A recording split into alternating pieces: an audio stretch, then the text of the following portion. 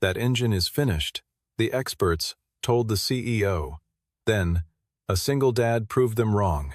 When the lead consultant declared the $40 million prototype engine completely dead, every person in that boardroom went silent.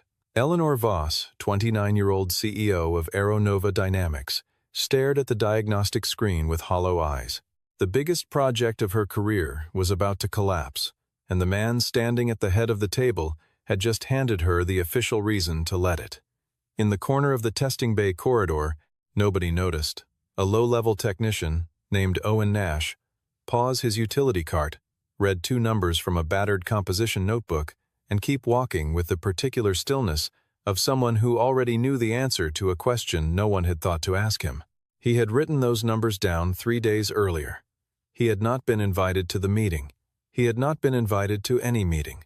That was the point. And the question was no longer whether the engine could be saved. The question was whether anyone in that building would let him save it. One father, one engine.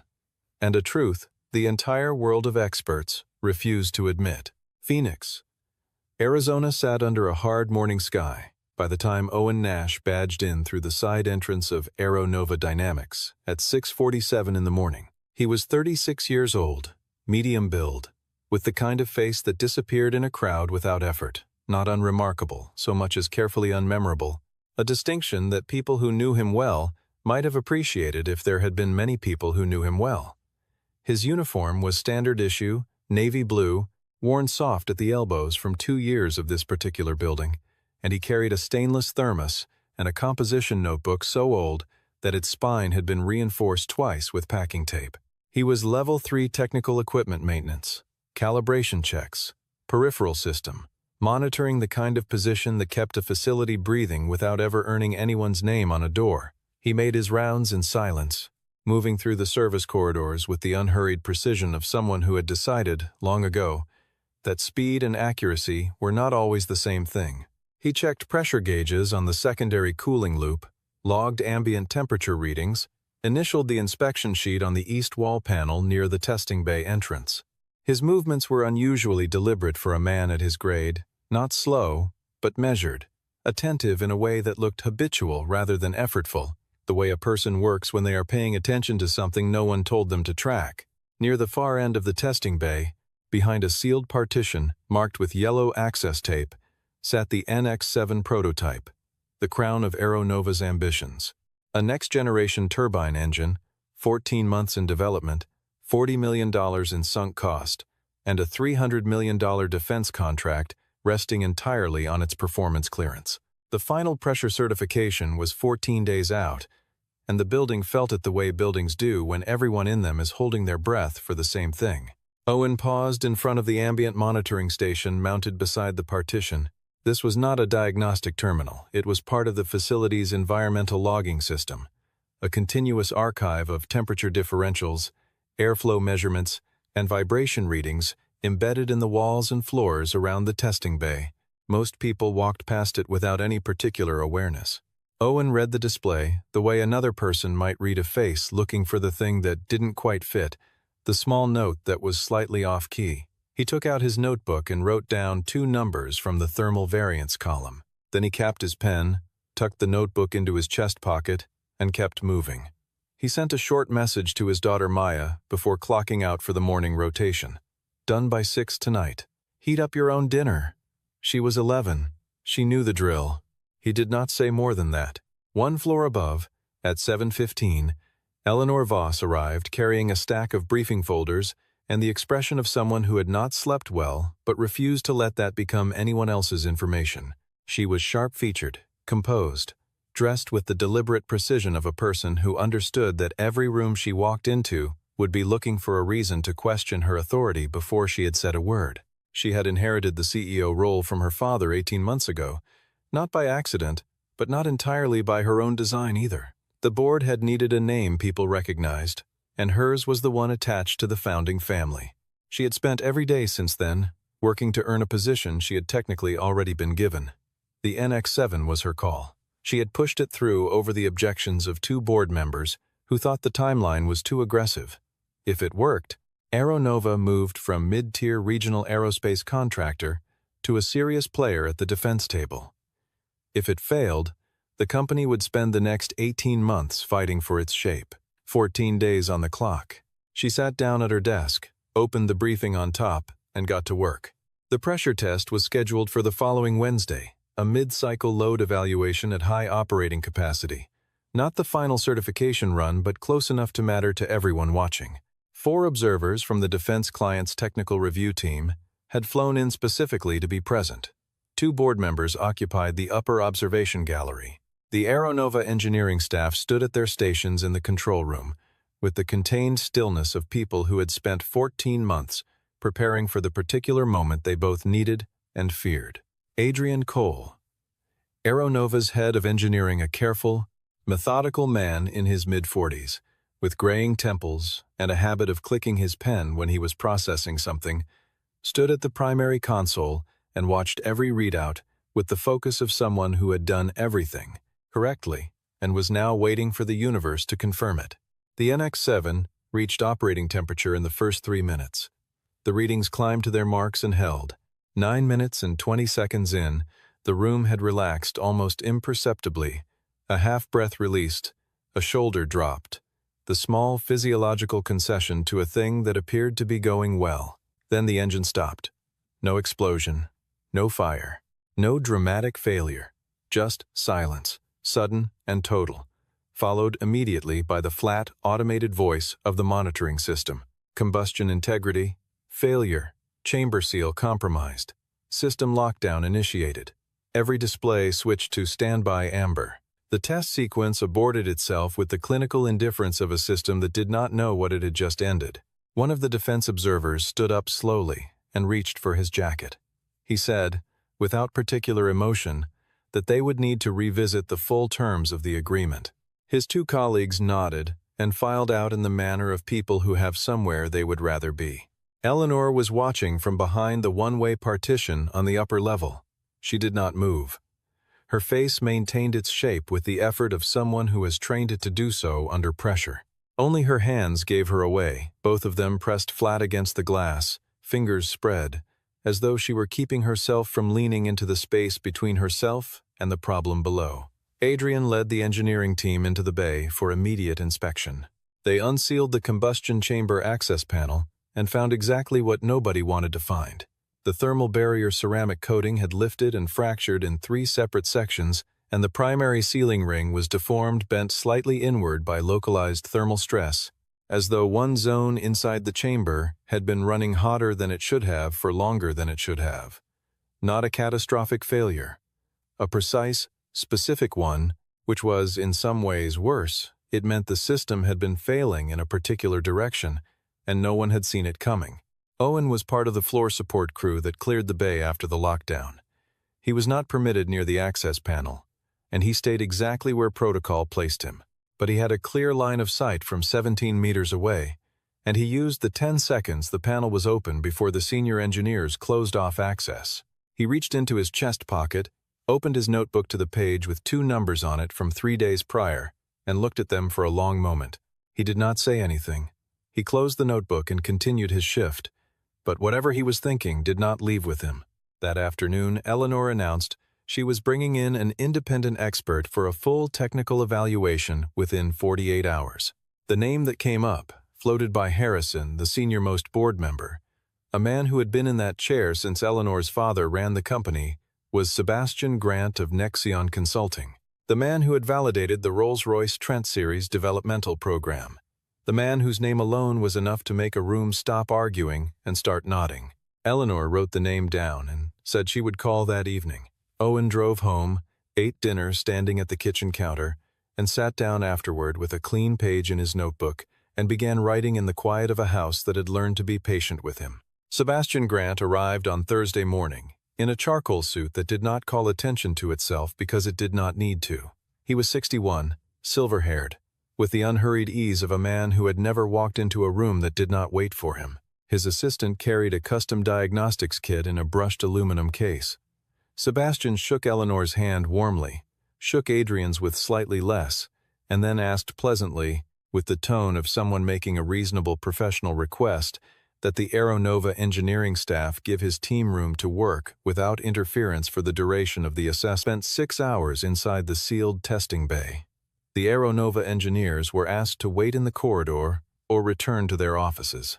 Owen spent those same 6 hours doing scheduled calibration work on the secondary loop system 3 rooms away, hearing nothing, recording nothing, except what his routine required.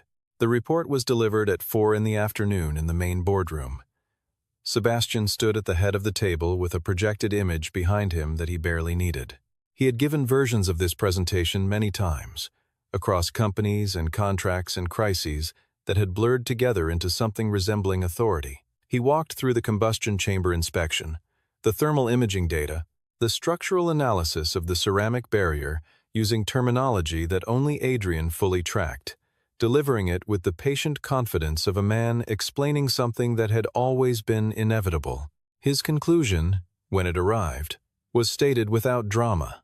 The thermal barrier coating had experienced a manufacturing defect at the substrate bonding layer, present since fabrication, undetectable through standard pre-test inspection. The entire combustion chamber assembly required replacement. Estimated cost, $11 million. Estimated timeline, 9 weeks minimum. With the current deadline, he said, looking directly at Eleanor, the program as currently scoped was not viable. This engine is done, he said. There is no workable solution within your remaining window. The room was quiet in the particular way. Rooms go quiet when the thing everyone feared has finally been said aloud by someone with the credentials to make it final. Harrison leaned forward and mentioned, almost gently, that Stratos Aeronova's primary competitor in the defense propulsion market had made an informal acquisition inquiry the previous week. He suggested the moment warranted a more serious conversation about that option. Eleanor looked at Sebastian. She looked at Harrison. She looked at the projected cross-section of the combustion chamber on the wall. She said nothing.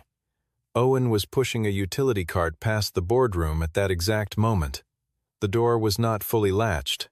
He did not stop walking, but he slowed, and he heard Sebastian's voice, the cadence of certainty, the phrase, "no workable solution," and he kept moving until he reached the end of the corridor, where he stopped, opened his notebook, and read the 2 numbers and the 3 additional lines he had written at his kitchen table the night before. He stood there for 4 seconds. Then he continued down the hallway. Owen knocked on Adrian's office door at 7:50 the following morning, opened it without waiting, and set his composition notebook on the desk. He had been in the building since 6. He told Adrian what he had found, without preamble.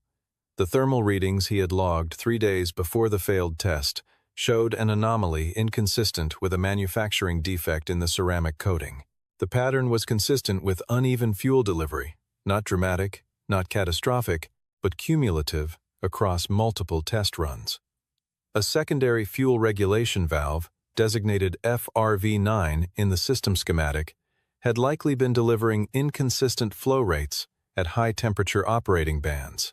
If that was correct, the ceramic damage was a downstream symptom, not the disease. Adrian listened. He was not a dismissive man by nature. He tried, genuinely, to give ideas a proper hearing, but he was also a man who understood where he stood and where Owen stood, and what the operational distance between those 2 positions meant in the context of a $40 million program with an external consultant's signed assessment already on record. He said, "Owen, you're level 3 technical. You don't have the authority to flag a primary system diagnosis. That's not personal. It's procedure." Owen did not argue the procedure. He asked for 15 minutes and a pressure measurement kit to check the FRV9 directly. Adrian said it was not possible.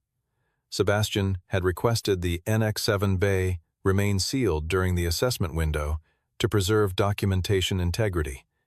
Any unsanctioned access would compromise the evaluation record. So Owen did the next thing. He went upstairs. The assistant outside Eleanor's office told him he needed an appointment. He said he understood, and he asked her to let Miss Voss know that Owen Nash, level 3 technical, had information about the NX7 assessment that he believed was material to the decision she was preparing to make. The assistant looked at him the way people look at someone standing in the wrong hallway. Then she sent a message. Eleanor appeared in the doorway 2 minutes later and let him in without sitting down, which he understood to mean she was giving him a defined amount of time. He presented his analysis without the notebook he had it memorized, and he laid it out as concisely as he could manage.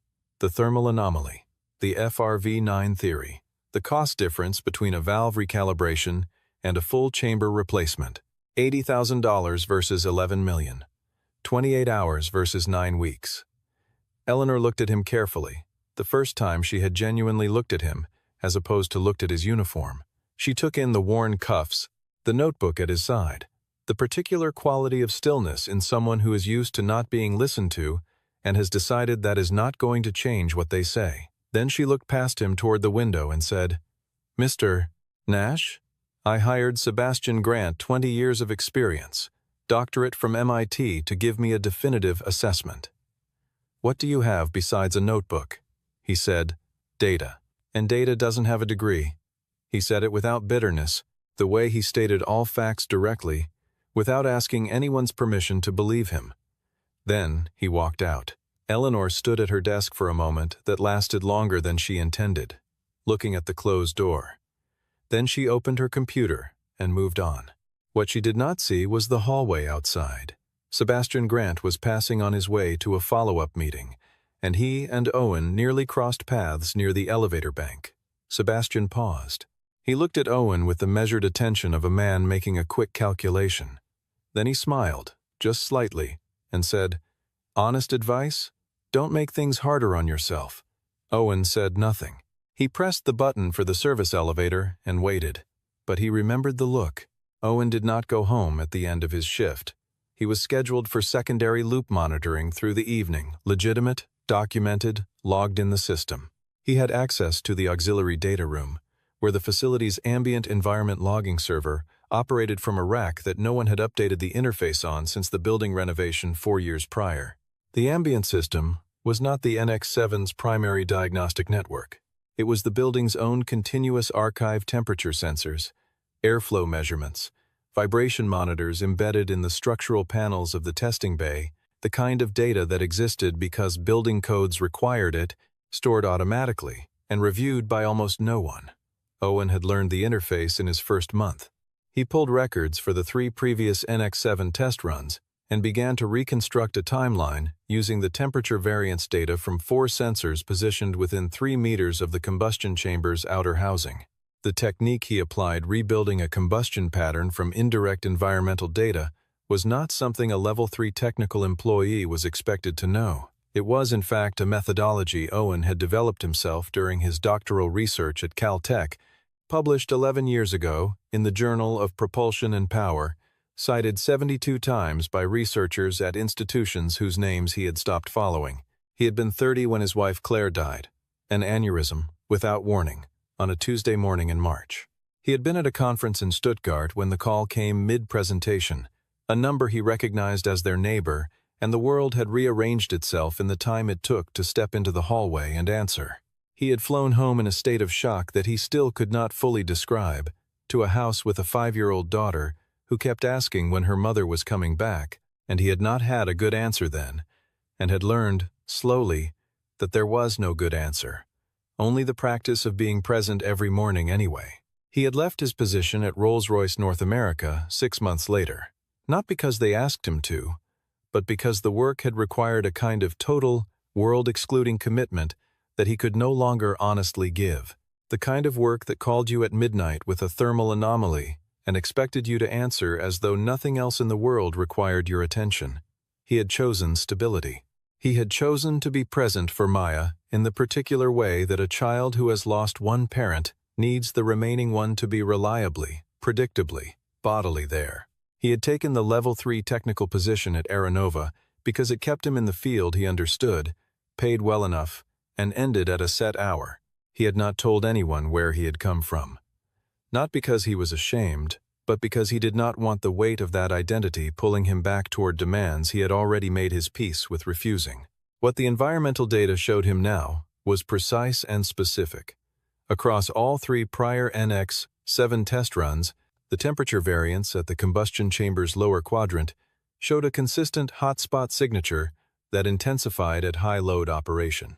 The signature was not random, it was geometrically specific, consistent with uneven fuel spray at the injector stage, consistent with a valve that was not opening uniformly at elevated pressure bands, consistent precisely with FRV9. The ceramic coating had not failed because it was defective from manufacture. It had been slowly, repeatedly, systematically overheated in one localized zone across 3 test runs until the final one finished the process. The ceramic was not the cause. It was the last thing to give way. Owen sat with that conclusion for a long moment, and then he opened his phone and searched Sebastian Grant's current advisory positions in the aerospace industry professional database he had maintained a subscription to for years out of habit. The man's credentials were extensively listed 7 consulting relationships across the industry. One of them, under strategic advisory and capital investment, was with a private equity-linked holding firm called Crestline Ventures Group. Crestline Ventures Group was the primary institutional backer of Stratos Aero. Owen found a secondary source in a trade archive, a 2-year-old article on Stratos Aero's Series B financing round that listed Crestline by name, with a quote from Sebastian Grant describing the exciting potential of the Stratos propulsion platform. It was public information, all of it, sitting in accessible databases, unhidden, available to anyone who had thought to look. Nobody at Aeronova had looked. Owen printed 2 sets of documents, 8 pages of reconstructed combustion analysis, and 3 pages of sourced conflict of interest records, put each set in a plain manila envelope, wrote Eleanor Voss on one, and sat in the data room for a quiet moment looking at the 2 envelopes before he put them in his bag. His access card failed at the executive elevator at 7:52 the following morning. The reader blinked red. The stairwell door to the upper floors. Same result. The security desk guard, someone Owen had worked alongside for 2 years, explained with genuine discomfort that a hold had been placed on his building access, pending an internal HR review. The stated reason was a potential data security violation. Unauthorized access to proprietary technical systems after hours. Owen found Adrian in the corridor near the engineering offices and said, before Adrian could say anything, "Did you know that Sebastian Grant is a strategic advisor for the company that's trying to buy us?" Adrian stopped. Owen removed the second copy of the conflict of interest documents from his bag and held them out. Adrian took the envelope, opened it, and read through the first 2 pages without speaking. His jaw tightened in a way he did not appear to notice. He asked if the information could be verified. Owen said every source was listed and publicly accessible. Adrian folded the papers back into the envelope, held it at his side, and said he needed to think. He did not make any promises. He did not say what he was going to do. 1 floor above, at almost the same moment, Sebastian was meeting with Eleanor in her office. He was unhurried, collegial, projecting the ease of a man wrapping up a clean engagement. He did not mention Owen by name. He mentioned, instead, that he had heard there was some informal circulation of alternative theories about the NX-7 failure within the technical staff, the kind of thing that happened. He said, whenever a professional diagnosis was delivered that people found difficult to accept, he had seen it many times. It was not malice, he explained. With something close to generosity in his tone, it was anxiety finding an outlet. But at this stage, that kind of internal noise could distort a CEO's decision-making if she allowed it in. Eleanor asked, without inflection, who specifically he was referring to. Sebastian said he didn't want to name anyone unfairly. He just wanted to make sure she was protected from the distraction. Eleanor thanked him. He left. She called HR and confirmed the investigation. She approved the access restriction. She returned to her desk, opened the board presentation she was building for 9 o'clock the next morning, and stared at a slide titled, Recommended Resolution for a long time, without adding anything to it. Owen was in the lobby when he realized the envelope was not going to reach Eleanor through normal channels. He thought about it for a moment briefly, without panic, then opened Aeronova's internal portal on his phone. Under the corporate governance section, required as part of their defense contracting compliance framework, there was an independent whistleblower submission channel administered by the company's external compliance auditor, operating on a separate system from HR. His building access restrictions did not apply to it. He attached both documents. He typed a brief, factual summary of the technical finding and the conflict of interest concern. He submitted it at 11:47 in the morning. The system returned an automated confirmation. He put his phone away and sat in the lobby and waited to see what the building would do. Eleanor was still in the office at 9 in the evening. The cleaning crew had come and gone. The corridor outside was dark except for the motion sensor panels that blinked on as she moved. She had read Sebastian's written report 4 times and looked at the Stratos Aero acquisition inquiry that Harrison had forwarded with a note that simply said, "Worth a conversation." At 9:14, her compliance officer called.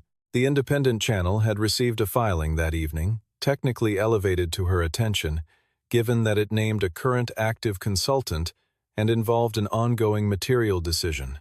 The compliance officer read the summary over the phone in a careful, neutral voice. Conflict of interest allegation against Sebastian Grant. Technical analysis suggesting an alternate failure cause for the NX-7 combustion event. Full documentation attached. Eleanor said, "Send it to my personal email right now." She read it at her desk without moving for 23 minutes. The technical analysis was 8 pages, and it was not the work of a Level 3 technical employee, she could tell within the first page. Not from the vocabulary, which was clean and controlled, but from the analytical framework. The combustion pattern reconstruction from environmental sensor data. The identification of the FRV9 variance signature across 3 successive test runs. The cost and timeline differential between a valve recalibration and a full chamber replacement. It was precise and methodical and internally consistent in a way that put something uncomfortable behind her sternum. She opened a browser window and typed Owen Nash's name into the aerospace engineering professional database she used for hiring verification. 2 peer-reviewed journal articles, 11 years old, Caltech doctoral research, combustion dynamics in high-temperature turbine systems, 72 citations. She sat with that for a long moment. Then she opened the conflict of interest documents, the Crestline Ventures Group advisory relationship, the Stratos Aero funding connection, the 2-year-old article where Sebastian had described the exciting potential of the Stratos propulsion platform in a publication that had been sitting publicly accessible since before he had signed a contract with Aeronova. She read it 3 times. Each time it said the same thing. She called Adrian at 11 o'clock. He answered on the second ring, which told her he had not been sleeping. She asked directly whether the FRV9 had been independently assessed during Sebastian's evaluation. Adrian was quiet for a moment, and the quality of that quiet told her the answer before he gave it. He said Sebastian had described the secondary fuel regulation valves as peripheral to the primary failure mode, not relevant to the assessment. So they had not been checked. Eleanor said, "If Owen Nash is correct, what does that mean?" Adrian said, carefully, that it would mean the chamber did not need to be replaced, that the ceramic damage was repairable at the fractured sections, and a valve recalibration would prevent recurrence. It would mean the engine was not dead, but he had not verified the analysis, and he could not verify it without access to the sensor logs Owen had used. Eleanor said, "Can you verify it, if you have access?" He said yes. She said she would have access restored at 6 in the morning, and she needed him at the building by 6:15.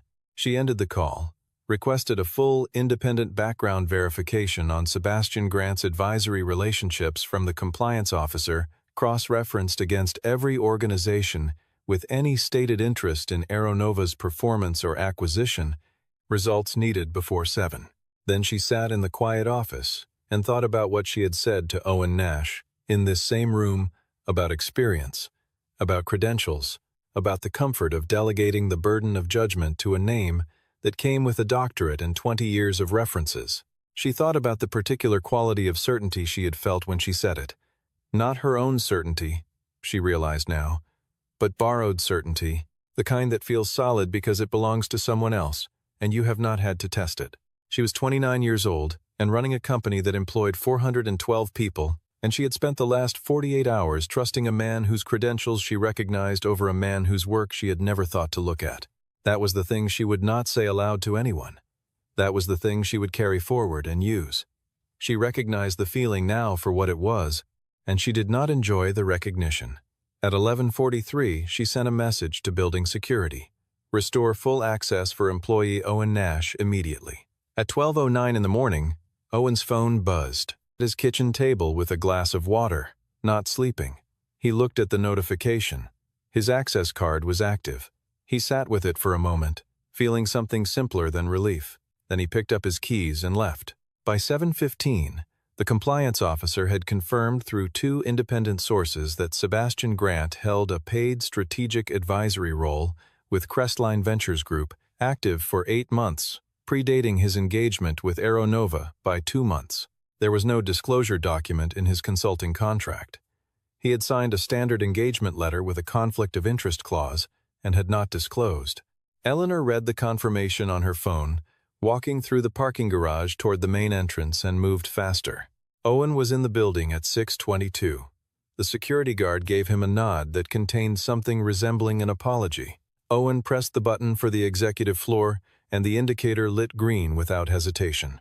Eleanor was standing outside her office door, not in a meeting, not on a call, waiting with the directness of someone who had made a decision and was finished deliberating.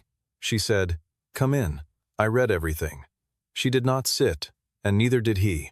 She had the technical analysis printout on her desk, and she asked him to walk her through the FRV9 finding again in full. He did it from memory, pointing to the key data columns, explaining the heat signature distribution and the cumulative damage mechanism across successive test runs. She asked 3 questions precise, technically informed questions, and he answered them the same way. When he finished, she was quiet for a moment. Then she asked, "Can you fix it?" He said, 28 hours. If the FRV9 unit is in parts inventory, I need to confirm that." She picked up her phone and called Adrian. The board meeting convened at 9 o'clock as scheduled. Sebastian Grant arrived 2 minutes early with a slim leather folder and the ease of a man whose only concern had been traffic. He had heard nothing unusual. He took a seat to the right of the table's center. Harrison was already there, and they exchanged the brief nod of people who had known each other long enough to dispense with ceremony. Eleanor walked in at 9:03 and stood at the head of the table. She did not sit. She presented, in order, the conflict of interest finding, the source documentation, the compliance verification report, and the timestamp confirmation showing that Sebastian Grant's advisory relationship with Crestline Ventures Group had been active before his Aeronova engagement and had not been disclosed in his signed contract. She spoke without inflection. She was not performing anger. She did not need to. Sebastian did not collapse. He was too disciplined for that. He said the characterization of his Crestline relationship was being overstated.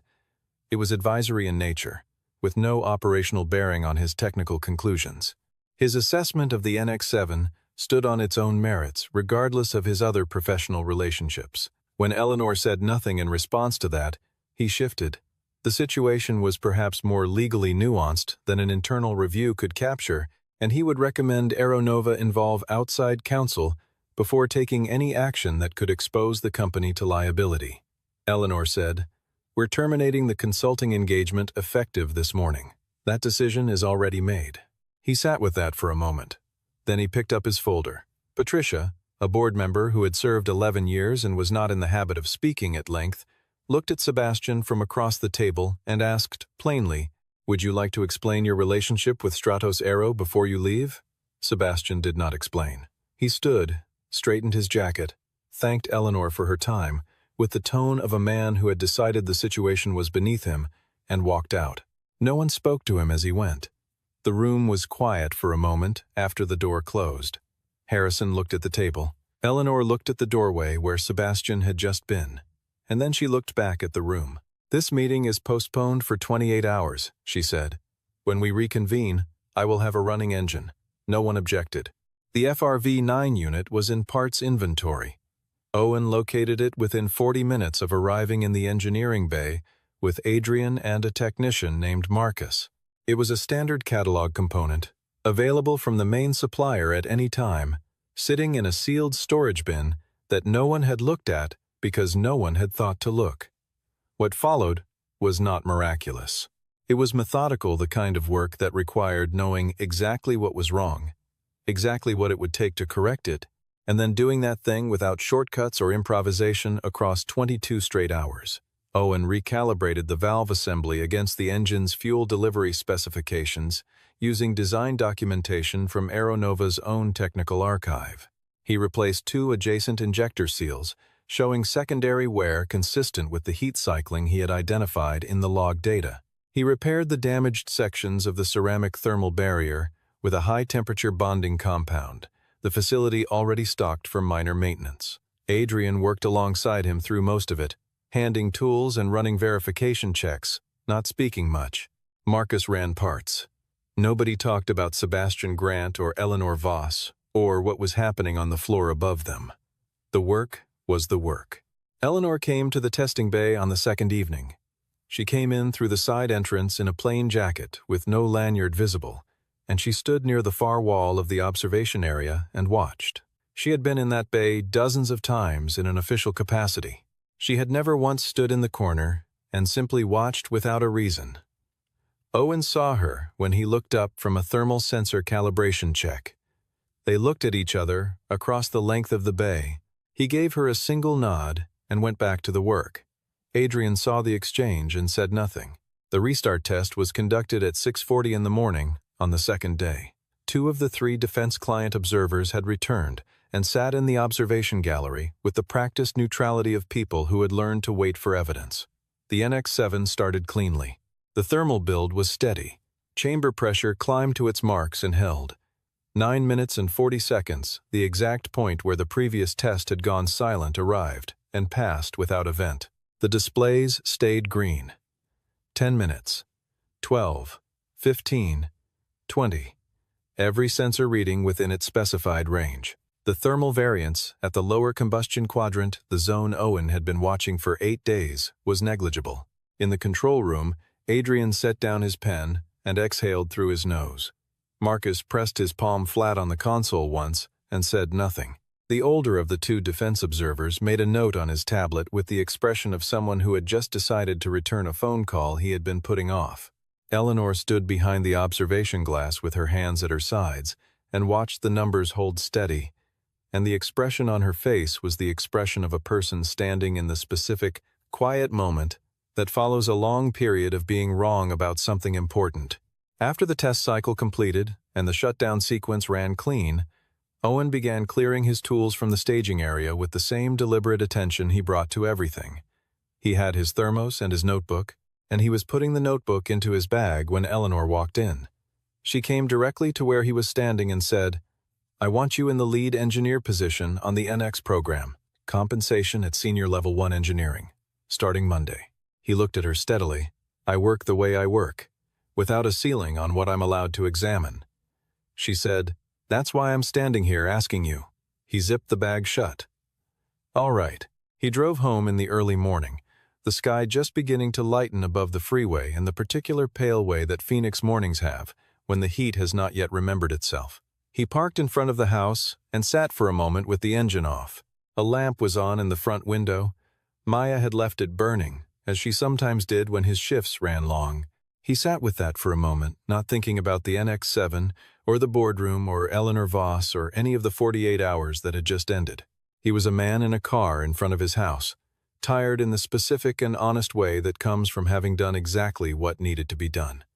Then he got out and walked to the door and went inside. Upstairs at Aeronova, the light in Eleanor's office was still on. She was on the phone with the defense client's program director, leaving a message. She said the NX-7 engine was operational, the program was on schedule, and Aeronova was ready to resume the agreement at the client's earliest availability. She did not mention Sebastian Grant. She did not mention what the previous 48 hours had taken from her or returned to her. She said what was true, in the cleanest possible way, and left it at that.